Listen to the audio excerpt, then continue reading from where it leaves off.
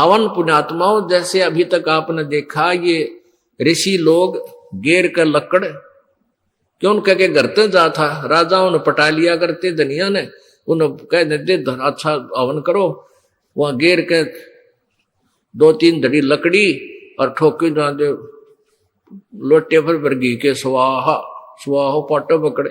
अब उसमें क्या था दोस्त, वो अच्छी बात है हवन करना, लेकिन वो तरीका प्रॉपर नहीं। न्यू कारण आंधा न्योतर 2 बुलावे, अगर आंधे का निमंत्रण दोगे 2 आवेंगे 1 की बजाय। तो कहने का भाव ये था कि वो ऋषि लोगों को हम क्यों बुलाया करते, क्योंकि हम अनपढ़ थे, उन्होंने अपना फायदा उठाया कि केवल एक ब्राह्मण ही पढ़ने का अधिकारी है, तुम अपना धंधा पीटो, जिसका जिसा काम है। परमात्मा ने ये कहा कि देखो भगवान की भक्ति प्रत्येक व्यक्ति कर सकता है और प्रत्येक ही शिक्षित होना चाहिए, ये गलत कर रखा था इन्होंने।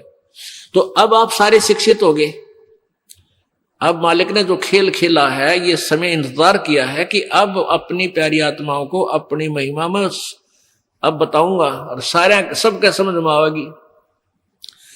अब आप सभी शिक्षित हो गए और सभी को मंत्र ये परमात्मा की वाणी याद होगी। छोटे छोटे बच्चा के पूरी आरती याद हो रही है भगवान की वाणी की। अब एक रुई, 1.5 ग्राम 2 ग्राम रुई लगेगी, एक जोत बना दे,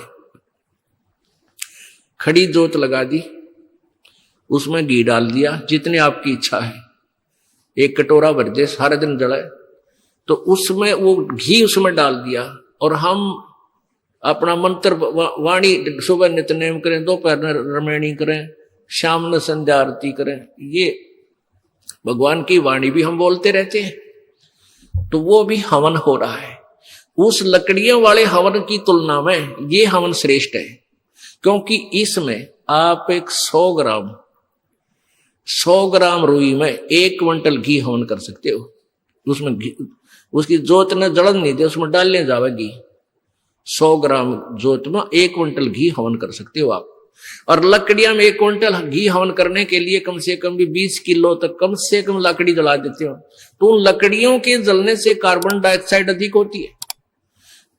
उस 2 धड़ी यानी 20 किलो लकड़ी समाप्त की जलने की तुलना में एक 100 ग्राम रुई की का प्रदूषण उससे कई हजार गुना कम होगा। तो हमने ये अपनाना है। तो हम अपना हवन डेली करें हैं।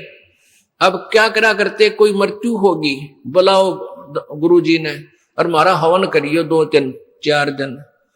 वो 2 दिन के हवन में किला टूट गया। रोज करो हवन अपना, एक जोत लगा दे, सूता उठ के हाथ पैर धो ले, नहान का ना फुर्सत मिले, कोई जरूरी ना होती नहाना। इसमें नहाए धोए क्या भ्याज है, मन का मैल ना जाए और मीन सदा जल में रहे, धोए बास ना जाए। अंदर से अंत तक साफ हो, हाथ पैर जरूर धो ले, क्योंकि धार्मिक वस्तुओं के हाथ लगाने।